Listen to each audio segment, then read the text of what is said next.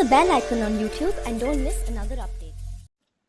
சர்வதேச அளவுல இருக்கக்கூடிய ஏதாச்சும் ஒரு அமைப்பு பலம் வாய்ந்த அமைப்பா இருக்கான்னு கேட்டா, சர்வதேச அளவுல இருக்கக்கூடிய எல்லா அமைப்பும் பலம் வாய்ந்தது தான். ஆனா, அது அமெரிக்காவோட இன்ட்ரெஸ்ட்டை நோக்கி போகும்போது ஒரு பலம் வாய்ந்த அமைப்பா மாறிடும். அமெரிக்காவோட இன்ட்ரெஸ்ட் இல்லை அப்படின்னா, ஆட்டோமேட்டிக்கா அது பலமே இல்லாத அமைப்பா இருக்கும். இல்ல சில கண்டத்துல இருக்கக்கூடிய நாடுகள் மட்டும் அதை தூக்கி பிடிச்சு பெரிய அளவுல ஒரு மிரட்டலை உருவாக்குவாங்க. அதோட தாக்கம் ஓரளவுக்கு இருக்கும். அப்படி ஒரு சிறப்பான சம்பவம் தான் இப்ப அமெரிக்காவே எதிர்பார்க்கல நடந்துருச்சு. என்ன அப்படின்னா, ரஷ்ய அதிபர் புட்டினுக்கு எதிரா சர்வதேச நீதிமன்றத்துல அரெஸ்ட் வாரண்ட்டை தூக்கி வச்சாங்க. அந்த அரெஸ்ட் வாரண்ட் தான் இனிமே உலகத்தோட சரித்திரத்தையே எழுத போகுதுங்கிற மாதிரி பெரிய அளவுல பேசிக்கிட்டு இருந்தாங்க. அந்த அரெஸ்ட் வாரண்ட்டுக்கு பயந்து ரஷ்ய அதிபர் புட்டின் ரஷ்யா விட்டே வெளியில வரல தெரியுமா, அப்படிலாம் பேசினாங்க. இப்ப அதே சர்வதேச நீதிமன்றம் இஸ்ரேல் செய்யறது போர்க்குற்றம் அப்படின்னு சொல்லிட்டாங்க.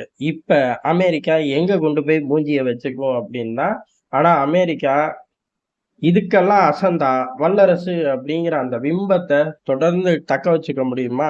வாய்ப்பே இல்லை. இதை அவங்க கண்டுக்க போறதே இல்லை. ஆனா அந்த தீர்ப்பு வந்தது ஒரு பின்னடைவு தான். ஆப்பிரிக்கா கண்டங்கள் தான் இதை மெயினா எடுத்துட்டு போனாங்க. பெரிய அளவுல அவர்களுக்கு ஒரு வெற்றி அப்படின்னே பார்க்கலாம்.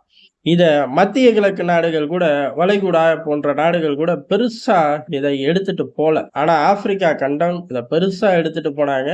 இப்ப முதல் முறையா ஆமா, இஸ்ரேல் செய்யறது மனித குலத்துக்கு எதிரான விஷயம்தான். ஹமாஸ வேட்டையாடுறது தனி, ஆனா நீ மக்களை வேட்டையாடுற அப்படின்னு ஒரு டீட்டெயிலான ஸ்டேட்மெண்ட்டை ரிலீஸ் பண்ணியிருக்கார்கள். இது இஸ்ரேலுக்கும் இஸ்ரேலை ஆதரிக்கக்கூடிய அமெரிக்காவுக்கும் இந்த இன்டர்நேஷனல் கோர்ட்டை பெரிய அளவுல 2 மாசத்துக்கு முன்னாடி தூக்கி பிடிச்ச நாடுகள் யாரு? அமெரிக்கா, ஐரோப்பா. இந்த நாடுகளுக்கு பெரிய ஒரு சவுக்கடி தான். இதுல இருந்து தப்பிச்சு வர அதிகபட்சம் ஒரு 2 மணி நேரமாச்சும் அவர்களுக்கு ஆகும். இல்ல 2 நாள் கூட ஆகும், விஷயத்தோட தன்மையை பொறுத்து.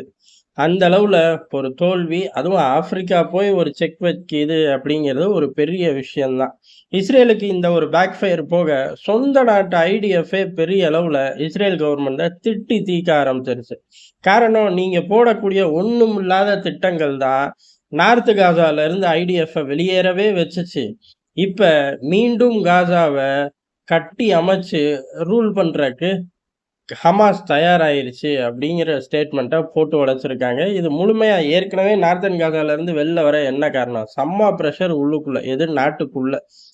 அதாவது பணைய கைதிகளை மீட்டுட்டு வா, அதை விட்டுட்டு சண்டை போட்டுக்கிட்டே இருக்காத அப்படின்னு அரசாங்கங்கள் அந்த மக்களோட எண்ண ஓட்டத்தை சரியா கொண்டு போகல அப்படின்னு சொல்லி ஐடிஎஃப் குற்றஞ்சாட்டுது. அரசாங்கம் இப்ப ஐடிஎஃப் போய் குற்றஞ்சாட்ட முடியாது. அதாவது கவுண்டர் பொசிஷன் நீ ஒழுங்கா எடுக்கல, ரைடு பண்ணல, சரியா பண்ணல, அக்டோபர் 7 உன்னோட திறமை எல்லாம் வீணா போச்சு அப்படின்னு சொல்லி திட்ட முடியாது. ஏன்னா அந்த இராணுவம் களத்துல இருக்கு. களத்துல இருக்கக்கூடிய டிஃபிகல்ட்டி ஜாஸ்தி, அதை அவர்கள் அனுபவிச்சுக்கிட்டு இருக்காங்க. ஆனா இந்த படைகள் விலகுனதுக்கு அப்புறம் பெஞ்சமின் நெதன்யாகு செய்யக்கூடிய ஏற்பாடுகள் அவர்களுக்கு திருப்தியா இல்லை. அதாவது விட்டு கொடுக்கறது, நிலத்தை அமெரிக்காவோட ப்ரெஷருக்காக விட்டு கொடுக்கறது ஐடிஎஃப்க்கு ஏற்பா இல்லை. ஐடிஎஃப் சொல்லக்கூடியது நம்மளே அங்க உட்காரலாம் அப்படிங்கிறதுதான். நம்மளே அங்க உட்காரலாங்கிறதுக்கு அது இஸ்ரேலுக்கு சொந்தமான நிலம் கிடையாது. ஆனா ஒரு நாட்டுக்குள்ள இன்னொரு நாட்டு இராணுவம் படம் எப்படி யோசிக்கும், எப்படி செயல்படும், அதான் ஐடிஎஃப் செயல்படுது. ஆனா அந்த ஒரு ஃப்ளோக்கு பெஞ்சமின் நெதன்யாகு வரமாட்டேங்கிறார் அப்படின்னு திட்டினது மட்டும் இல்ல, இப்போதைக்கு நீங்க கொடுக்கக்கூடிய எந்த பிளானுமே இங்க களத்துல ஒத்து வரல அப்படின்னு பெரிய அளவுல சொல்லியிருக்காங்க.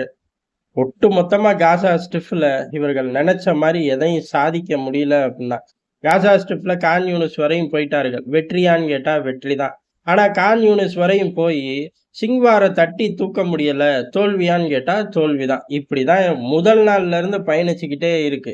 காசா பகுதியில கண்ட்ரோல் எடுத்து ஒரு அணியையும் இஸ்ரேலால புடுங்க முடியாது.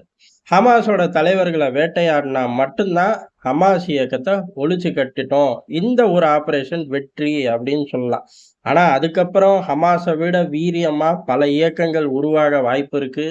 இல்ல ஹமாஸே மீண்டும் பெரிய அளவுல எழுச்சி பெறவும் வாய்ப்பு இருக்கு. ஆனா உள்ளுக்குள்ள நுழைஞ்ச திட்டம் அதை நிறைவேற்றணும் அப்படின்னு இஸ்ரேல் சொல்லிக்கலாம். இந்த மாதிரி பல சிக்கல்கள் வந்து தொலையும்டா அப்படின்னு முதல் நாள்லயே சொல்லாத நாடுகளே கிடையாது. அமெரிக்கா முதற்கொண்டு சொன்னுச்சு. பிரிட்டனும் இதைத்தான் சொன்னார்கள். ஆனா இஸ்ரேல் கேட்ட பாடு இல்ல. இன்னைக்கு சொந்த நாட்டு ராணுவமே அந்த நாட்டு அரசு தலைமையை திட்ட ஆரம்பிச்சிருச்சு. ஏற்கனவே மக்கள் திட்டினாங்க. இப்ப சொந்த நாட்டு ராணுவம் திட்டுது. கடைசியா மொசாட் மட்டும்தான் பாக்கி. பெஞ்சமின் நெத்தன்யாஹூ சட்டையை பிடிக்கிறதுக்கு. இப்படி பல இஸ்ரேல் பிரிவுகளும் பெஞ்சமின் நெத்தன்யாஹூ அப்படிங்கிற ஒரு நபரை நோக்கி போக ஆரம்பிச்சிட்டாங்க. அநேகமா அவருக்கு அடுத்த தேர்தல்ல வாய்ப்பே கிடைக்காது.